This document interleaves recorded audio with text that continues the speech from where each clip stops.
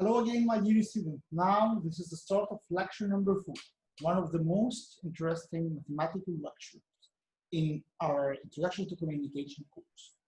In this lecture, we are going to tackle what's called the analog modulation, including both frequency modulation and phase modulation. In the previous chapter, in chapter number 3, we have studied what's called the amplitude modulation, including the double sideband, the double sideband surface carrier, and the single sideband. Now it's time to go to the other parameters, the carrier, where we can include our analog message. So now please permit me to start sharing my PowerPoint presentation and start our lecture. Okay, so great. So I believe now you can see my PowerPoint presentation. I will start now to make it as a full screen, and then also I will start to operate my laser pointer. Okay, perfect. So now we have our laser pointer working. Yes, that's perfect. And now we can start our lecture. Okay, so our title of the lecture is Angle Modulation. And let me first start to scan the possible ways where we can implement our message. So, generally speaking, we have a carrier CFT. This carrier CFT is in the form of a sinusoidal signal, AC cosine 2 pi FCT plus 5C. Accordingly, inside the carrier, we have 3 types of parameters where we can include our messages in. These parameters include the amplitude, where we have what's called the amplitude modulation, and the frequency and the phase, where both affect the argument or the angle inside the cosine function. That's why we can combine both the frequency modulation and the phase modulation under the title angle modulation. So in this lecture, we are going to investigate more about the angle modulation. So now what we are going to do is simply we are going to investigate the relation between the angle and the frequency, or the angle and the angular frequency. So in order to do so, let me now return back to my simple whiteboard, where we can start together investigating this. So generally we have this carrier, which is AC cosine 2 pi FCT plus 5. This is generally the carrier. We can write it also in the format AC cosine theta of t, as this theta of t, or the angle, is a function of time, as you can see, 2 pi FCT. So let me now return to my, stop sharing and return here, and start using my band. Okay, perfect. So here we have any sinusoidal is an AC cosine 2 pi FCT plus any angle phi. What you can do now is as follows. You can say this AC cosine angle function in time. So what you can now do is, if you would like to correlate this angle, this cosine argument, with what's called omega, or the angular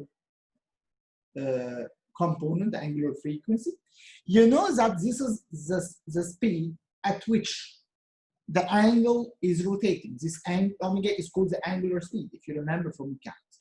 So omega and theta is related in this manner, d theta by dt. Or if you remember from mechanics, what we call it theta dot. Maybe you already see this dot before, which defines the d by dt, or the rate of change of this time, because simply this is a frequency. So omega and theta is related in a form of differentiation function. And as you know, omega equals to 2 pi f. So omega equals to 2 pi f, which is equal to this theta by dt. So if you would like to calculate theta from this equation, you can say that theta equals to the integration of 2 pi f dt. This is actually very, very critical. Now, for a normal sinusoidal signal, this 2 pi f is a constant. This 2 pi f is a constant. So what you are going to do is you will get this 2 pi f outside of the integration and make this integration dt. Very easy. This will result with t plus constant, which is typically the same like we have. So this is the very simple way where you can link the angular frequency or the angular speed with the angle. And as you can see, theta, which is the angle inside the cosine, is simply 2 pi f t plus constant. This is very nice. So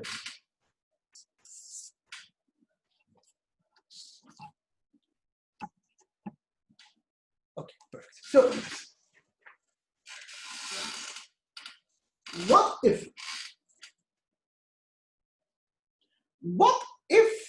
the frequency is not constant? Please remember, AC cosine 2 pi FC t plus 5. Now, in case of FM, our frequency modulation, you need to make your message included inside the frequency. And generally, your M of t message is functioning time. That means that you will have a new frequency which is functioning. Maybe one of the most complicated mathematical forms to have a frequency functioning time. Okay, then now your frequency will be the normal FC plus your message M of t multiplied by what we can call the modulation index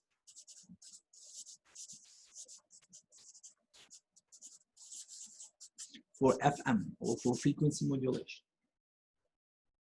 Now your frequency is the general standard carrier frequency in addition to some messages, random message M of t multiplied with KFF. So can we now write a new format for the signal where the frequency is no longer constant and it's now functioning the message, which is what's called FM modulation?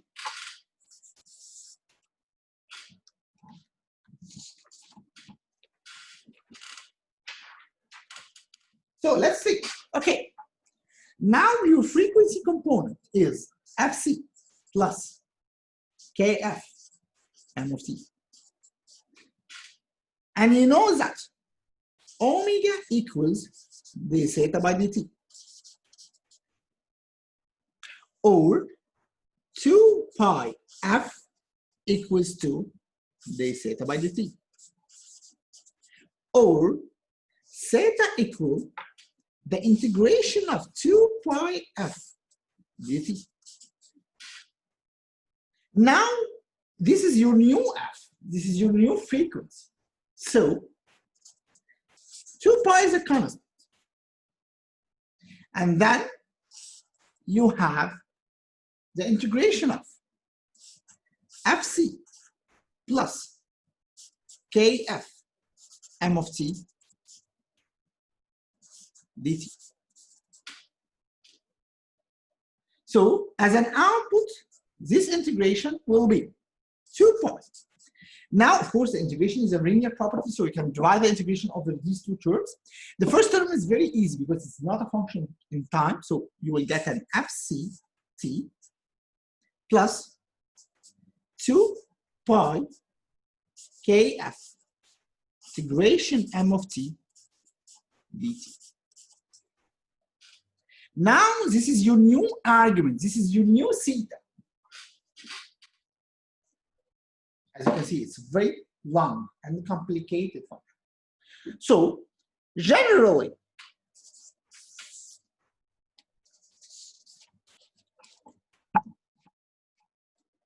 if you would like now to write a general form for your S, for your S Fm of t, or I mean your modulated signal is in Fm. So generally, this is AC cosine theta of t. Now you know theta of t, so it's AC cosine this term. So it's AC cosine 2 pi FCT plus 2 pi kf integration m of t dt. This is what we can call the general form for an modulated FM signal, where you have your message included in the frequency in the form of the integration of m of t, as you can see. So what about the other case? Please remember, maybe some slides ago, yes, this one. So what about the other case when I include the phi in the message? So now the message is included in phi, in the phase, what's called the phase modulation. So simply what you are going to do is that you will remove this phi and put the message.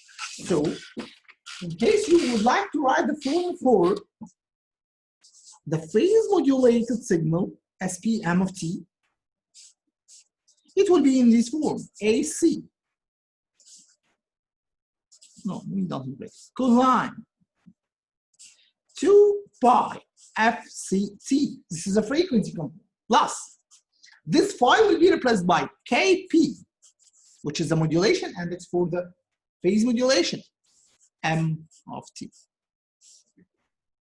So as you can see here, my dear student, this is a form for the frequency modulation, and this is a form for the phase modulation. Somehow they are somehow close, as you can see, because both include the message in the argument of the cosine. However, here we have integration, here we don't have an integration. Maybe few slides ago, it's few slides later, and we will somehow discuss the correlation between the frequency modulation and the phase modulation. But now, what I would like you to know is how you can reach this general form for a modulated signal, either in the FM case or the PM case. This is very important, my dear. So, I believe now we did it somehow.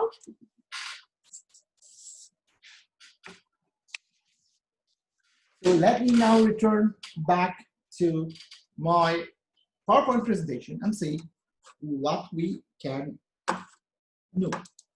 Okay, perfect. So back to this presentation and back to the pointer. Okay, yeah. So this is the carrier in general. This is the relation between omega and theta. So omega is the first derivative of theta because this is actually an angular velocity. Now, what you can do is as follows. You can say that we have 3 types of theta. This theta may be 2 pi FCT plus phi, which is a constant theta. So you don't have a message anyway, which is actually the original message.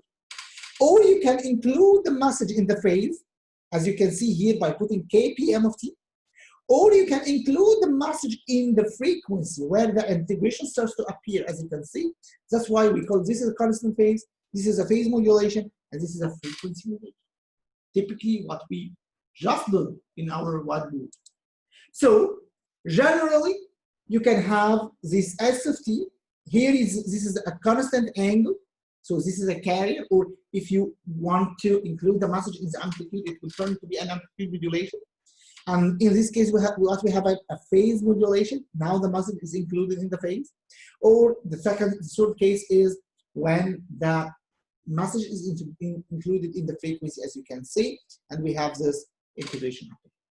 So these are the three cases. The first one we already discussed it, where we have a constant phase, and we are not going to repeat it again because we already discussed it in chapter number 3.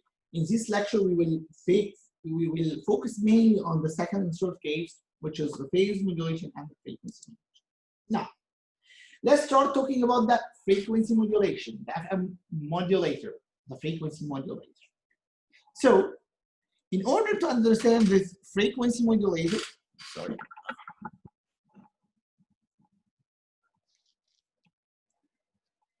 This is a problem where you are dealing with a portable stand. Okay, whenever you have a frequency modulator, still you have the same inputs and outputs with respect to the amplitude modulation. So we have the carrier, we have the message, and we have a modulated signal S of t. But now, the message will be included in the frequency component of the carrier, not in the amplitude of the carrier. This is the only thing. So let's start. Generally, we have the message M of t, and this is generally the carrier. We believe that this carrier will be constant everywhere, as it's a frequency, phase, or amplitude modulation, even when we go to the digital modulation in the next lecture. And as we just said, this is the final form for the message, as you can see. This is the final form for the message. And please don't remember that we are using a dummy variable, which is called tau. Just this dummy variable will disappear after the integration, and it will be a function in t, which is the original. So this is generally the form for the amplitude modulation. Now, as we typically do in the case of the AM modulator, if you remember, my dear students, in the first part of AM modulator, in lecture number 3, we agreed that the best start is the easy and the most simple start, where you have a monotonic sinusoidal signal as a message. So now we are going to repeat the same example, but now our modulator is an FM modulator, not an AM modulator. So what we are going to do now is that we are going to solve a problem where the message is an AM cosine 2 pi FMT. The carrier, of course, is the same, which is AC cosine 2 pi FCT, and we are searching now for the modulated signal. So let's do it together. Okay.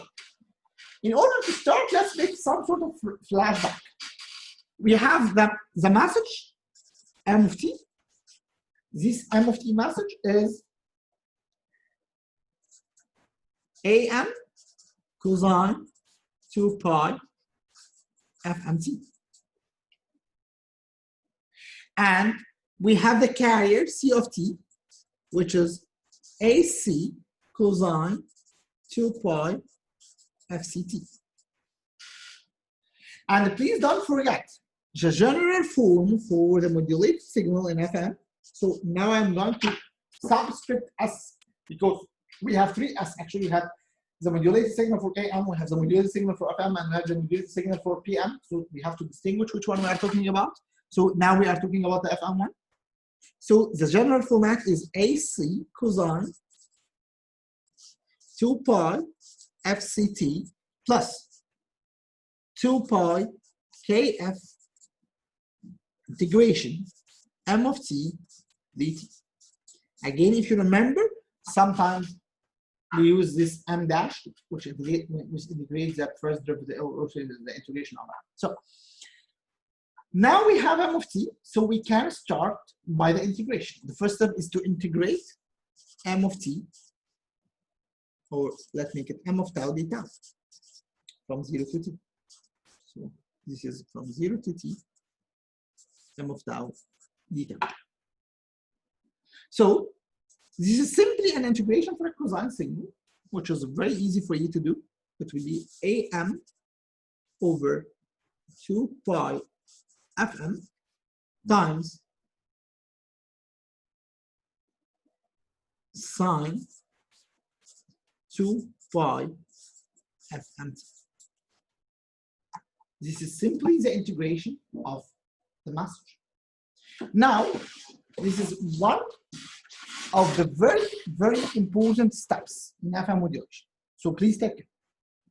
Now we have this term will replace the integration term. So S of t will be equals to AC cosine 2 pi FCT, the easy point. Then we have 2 pi KF multiplied by AM over 2 pi Fm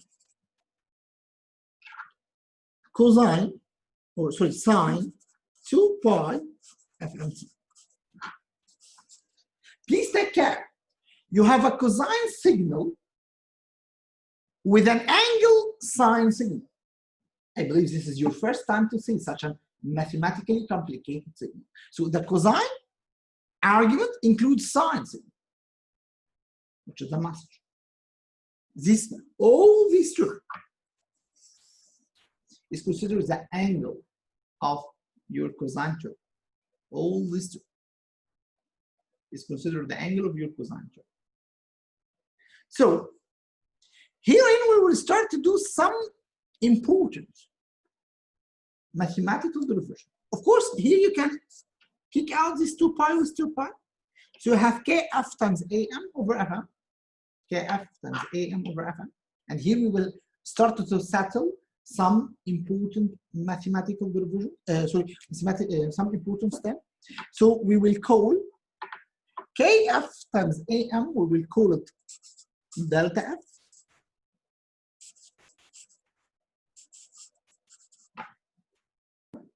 So kf over times am is called delta f, which is a frequency,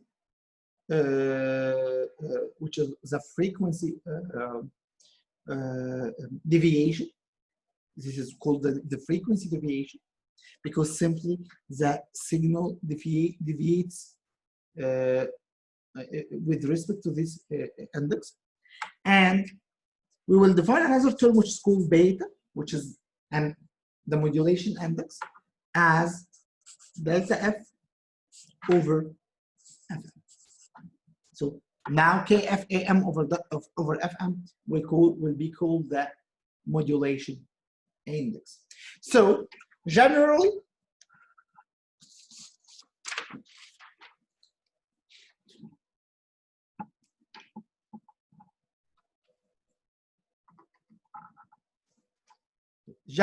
you can write an equation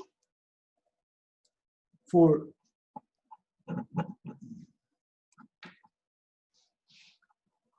S of t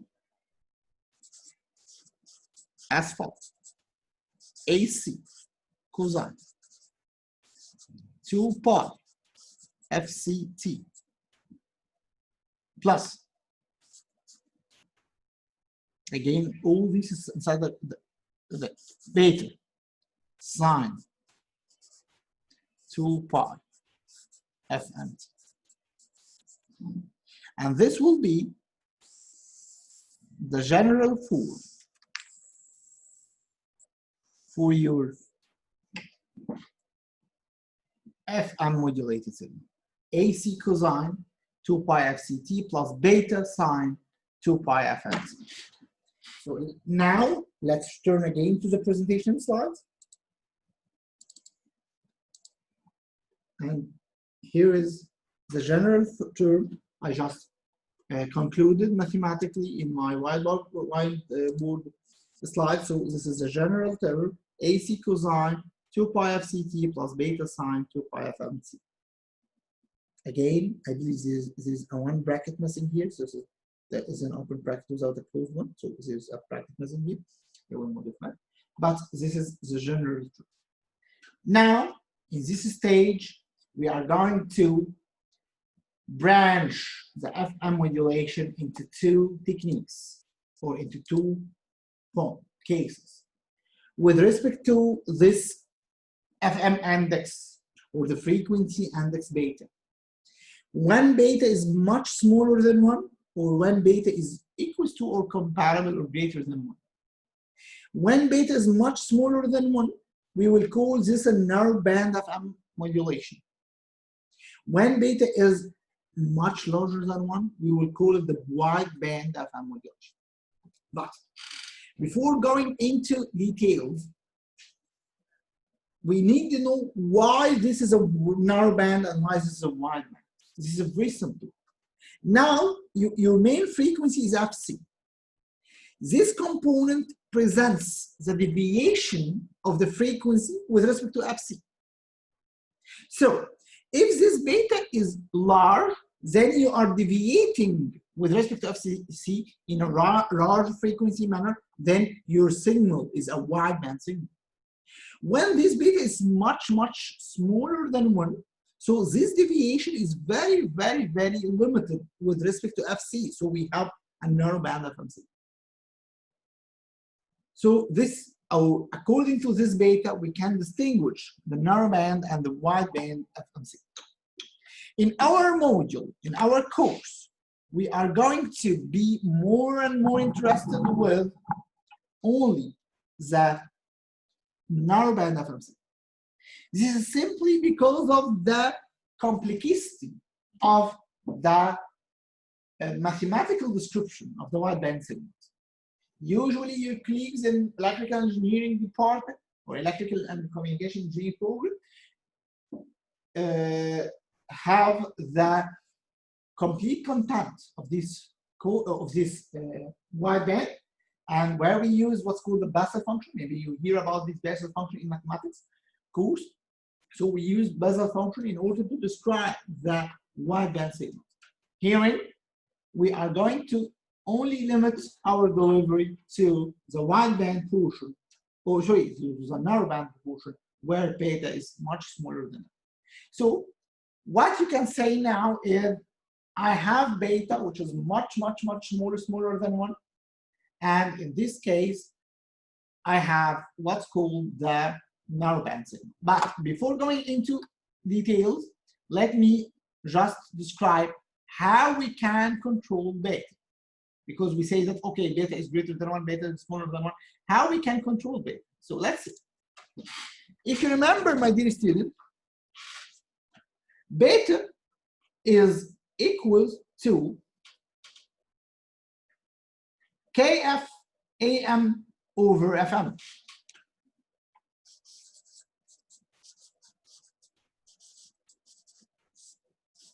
So for high message frequency, beta will be low.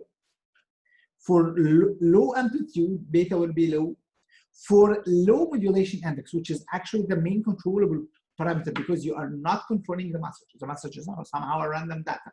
So what you are controlling mainly in this equation is KF, or the FM modulation index. So by controlling KF, you can control beta. So this is somehow important. So now, in order to go into details, we will say that, okay, beta is much smaller than 1, which means that we have a narrow band FM modulation. So what happens if we have a narrow band FM modulation? What are the consequences of it? So to make life easy, let's start to make it from a trigonometrical point of view.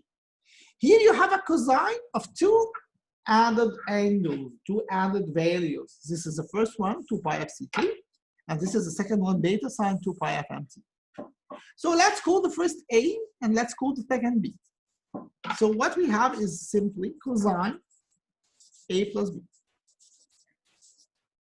So if you go to the trigonometrical rules, maybe you can Google it, cosine A plus B is equals to cosine A cosine B minus sine A sine B. This is very simple, that rule controlling cosine A plus. So you can directly substitute here. We have cosine 2 pi FCT, cosine beta sine 2 pi FMT, minus sine 2 pi FMT times sine beta sine 2 pi FMT. So here is cosine 2 pi FCT and sine 2 pi FCT. They are constant. Let's focus on these two terms. This is cosine some angle. So what is this angle? Here, this angle is a multiplication of two terms, beta and sinusoidal. Of course, any sinusoidal signal varies from 0 to 1. So this sinusoidal is by default smaller than 1. And based on our definition here, that beta is much more smaller than 1. So now you are multiplying two numbers. Each of them is smaller than 1. Please don't forget. If you are multiplying two numbers, each of them is smaller than 1, then automatically the output will be smaller than the smallest number. So for example, if you multiply 0.2 times 0.1, the output is 0.02, which is smaller than both numbers, 0.2 and 0.1. So now we are calculating a cosine of very small value. Of course, this is in radian. So now, whenever you have a cosine for an angle, this angle tends to 0. You can say that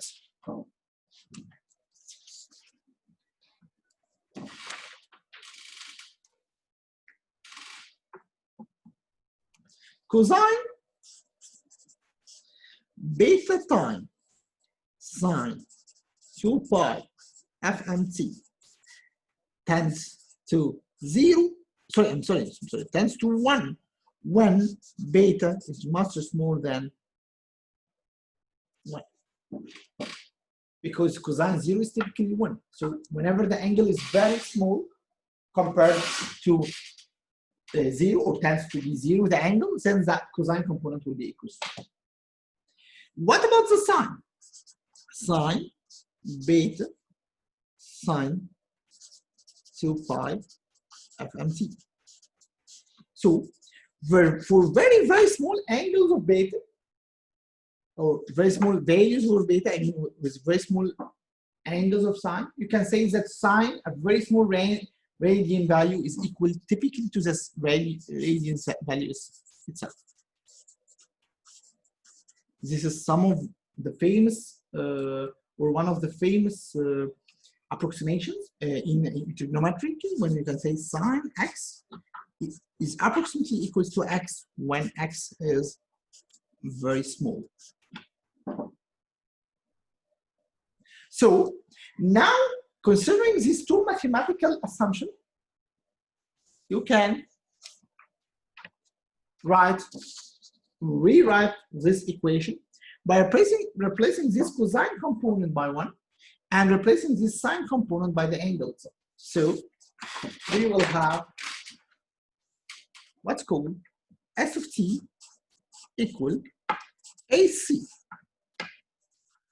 cosine 2 pi FCT times 1 minus sine 2 pi FCT times beta times sine 2 pi FMT. This is, sorry.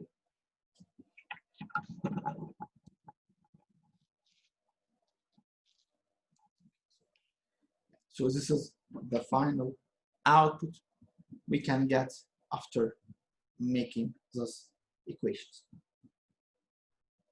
AC cosine 2 pi FCT, sine 2 pi FCT, beta sine 2 pi FMT. So let me return back to my presentation.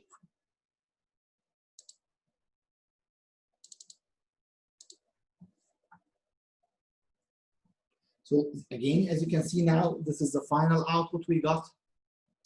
I will now run my laser pointer and see this is the final output we got. AC cosine 2 pi FCT minus beta sine 2 pi FMT. Sine 2 pi FCT, sine 2 pi FMT. So this is the final output we got. And then here, I will ask you to take 1 second, 10 seconds maybe, and think, does this equation somehow close to any other equation we have already seen before in our previous lectures? So let's see. This is the equation we just driven. AC cosine 2 pi FCT minus beta sine 2 pi FCT sine 2 pi FMT. But what about this equation? This is the AM double sideband equation.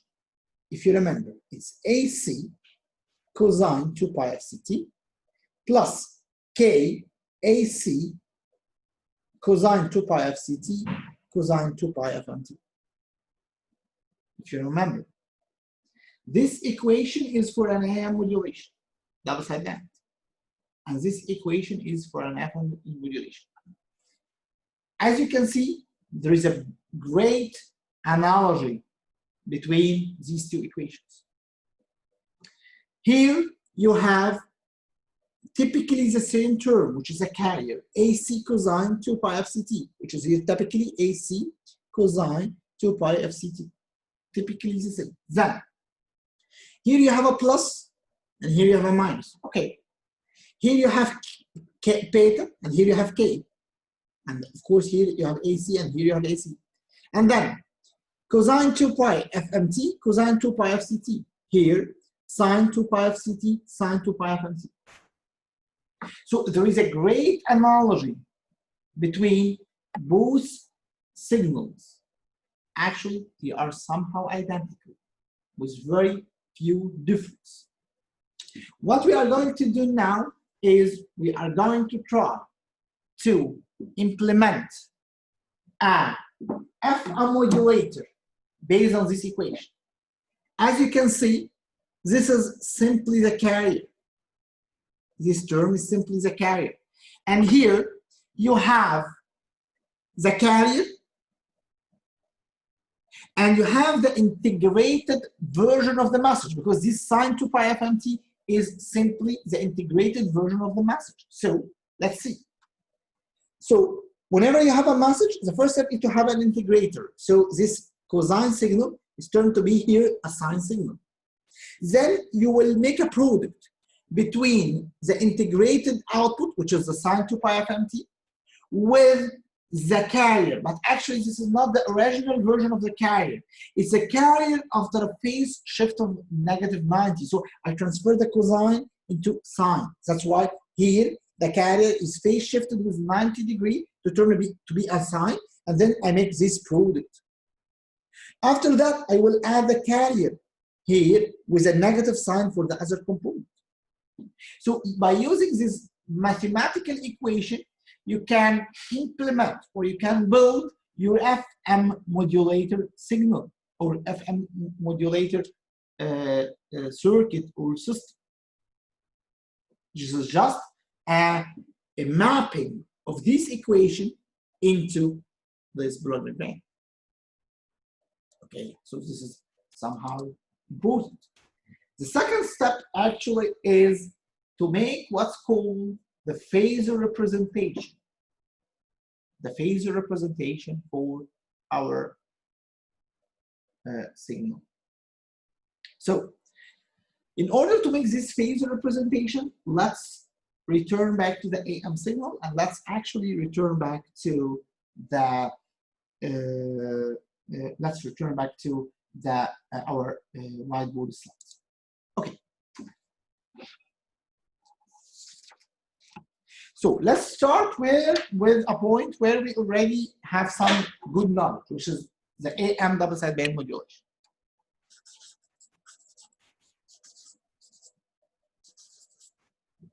In the AM double-side band, we know that S of t is equals to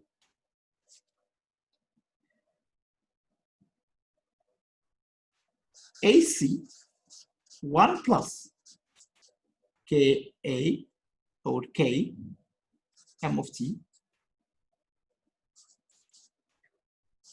cosine 2 pi FCT. By substituting this M of t to be a sinusoidal, you can say that S of t equals to AC cosine 2 pi FCT, this is the carry, plus AC times K AM cosine 2 pi FCT times cosine 2 pi FMT. Now, as you know, this is two cosine signals multiplied by each other, so you can easily make it half cosine the summation plus cosine the subtraction. We already did it before, so AC cosine 2 pi FCT plus this term, which is AC K AM over 2 cosine 2 pi FC plus FMT plus AC K AM over 2 cosine 2 pi FC minus FM over T. This is the output that we have. So this is the final output, which is the addition of two sinusoidal signals. The first is with a frequency FC, the second is with a frequency FC plus FM, and the third is a frequency FC minus FM. What I'm going to do now is that I'm going to try to plot this in a phasor form. So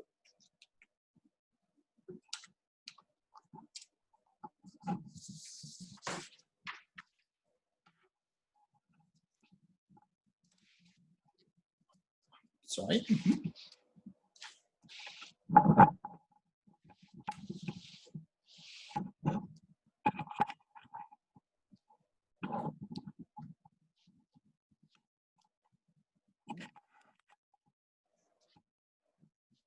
Okay, this one.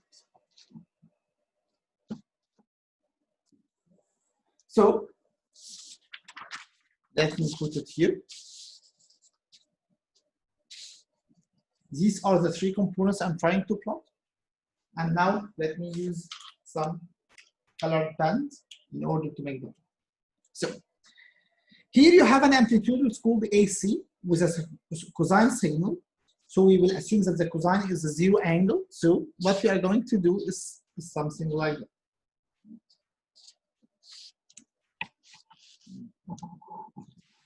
Okay.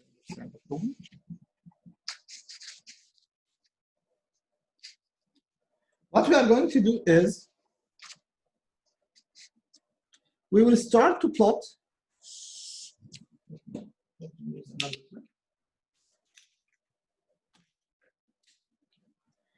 We'll start to plot this vector in this shape. So this vector has an amplitude which is called AC. So this is the first component representing the cosine, because the cosine is located on the x-axis. That's why I'm plotting it in this direction. Then we are going to plot the other two components with respect to it. So use yeah, so we have one other component, which is this component. It has an amplitude AC K AM over 2, which is somehow smaller than this amplitude because k is smaller than 1 if you remember for under modulation. So this is a smaller component, but it has a frequency fc plus fm. So it will make it somehow deviated and say that this is fc plus fm. And this is force fc. And I have a third component, which is fc minus fm. So as you can see, the output will be in this way. This is the summation of these three vectors. So this overall is the output of the phasor plot of this two of these actually three vectors. The first was a frequency fc, the second was a frequency fc plus fm, and the third was a frequency fc minus fm. Here, this is what's called the phasor representation for our AM double sideband modulation.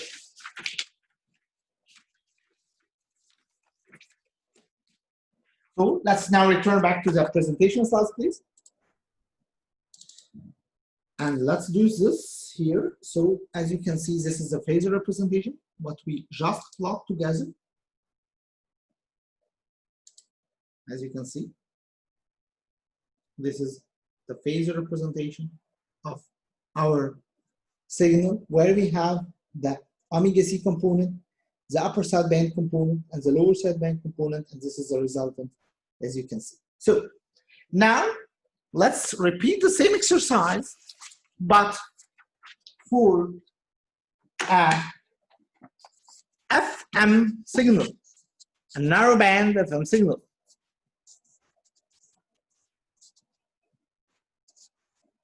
Okay, so let's do it.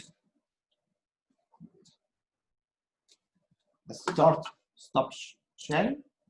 Let's do it here. Okay, so let's remember the equation. The equation was SFM of T. To be more and more specific, you can say this is the narrow band FM signal is equals to AC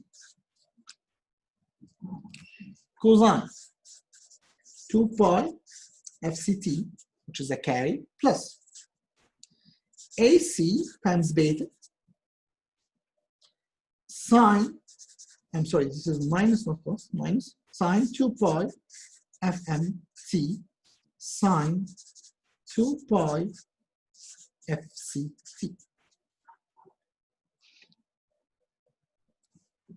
This is typically the signal we just got.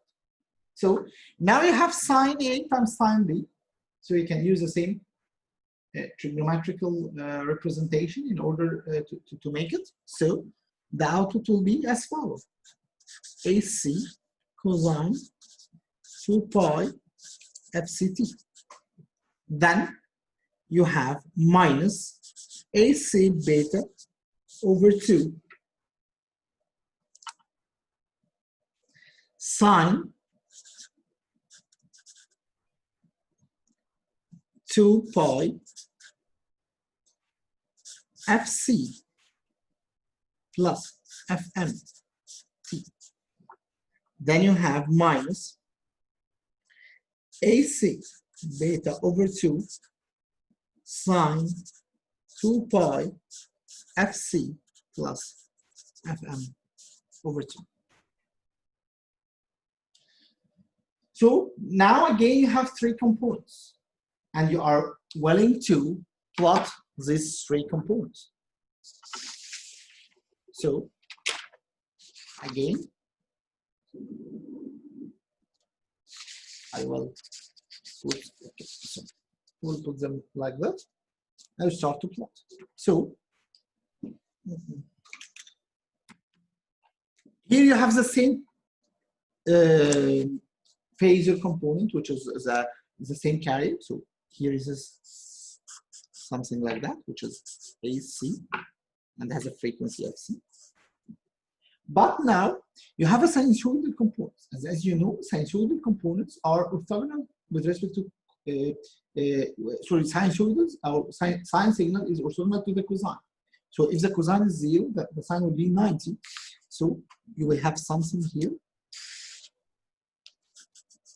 This dotted line representing the sine 2 pi FCT, which is orthogonal with respect to the cosine 2 pi FCT. And with respect to this sine, we have some deviations, FC minus FM and FC plus FM. So we have two components like this. Again, the amplitude is smaller because you have beta, and for a narrowband signal, beta is smaller than 1. So the resultant of these two components will be something like that. And then the overall resultant will be something like that. So this is the overall resultant of your signal. So as you can see, we can use this phasor representation in order to represent the S of T signal, either in the case of FM signal or the case of an AM signal. Of course, here we are somehow limited, as I mentioned, to the narrowband FM signal for easy mathematical representation. So this is a phasor representation, and I will now start to show you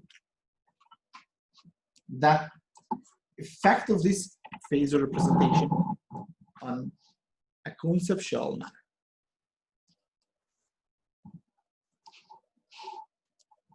So, okay, let's now return to the presentation slides. As you can see here, this is the AM signal we just driven together, if you remember, a few seconds ago. And then we turn to, then we turn to the other side, which is the FM signal. So this is the orthogonal to the carrier. And then this is the two shifts, which is the lower sideband signal and the upper sideband signal. And here is an overall comparison between the AM signal in the down of the page and the FM signal in the down and the up of the page. So how we can make use of this signal? So as you can see here, all the resultant component S of T in the case of AM signal is in the same angle with respect to the carrier. This means in the AM modulation, you are not going to change the frequency. You are just changing the amplitude, as you can see here. The amplitude of the carrier, or the signal, the amplitude of the modulated signal, it changes with respect to the amplitude of the carrier, but they are typically aligned on the zero axis. However, here you have a new component with a new amplitude and even a new angle. So that's why you change the angle, so you change the frequency of the carrier. So the modulated signal has a different frequency with respect to that, carrier frequency. So this is somehow very important. Now, my dear student, I will terminate this part of the lecture to this with the calculation of the phasor. The calculation of the phasor plot for FM and AM signal. In the coming part, inshallah, we are going to investigate what's called the bandwidth calculation for a narrowband FM signal. And then we are going to terminate our lecture with the other side, which is the phase modulation techniques. And herein we are going to do some sort of a correlation or a linking between the FM modulation and the PM modulation. Thank you very much, my dear students, and see you, inshallah, in the next part. Thank you.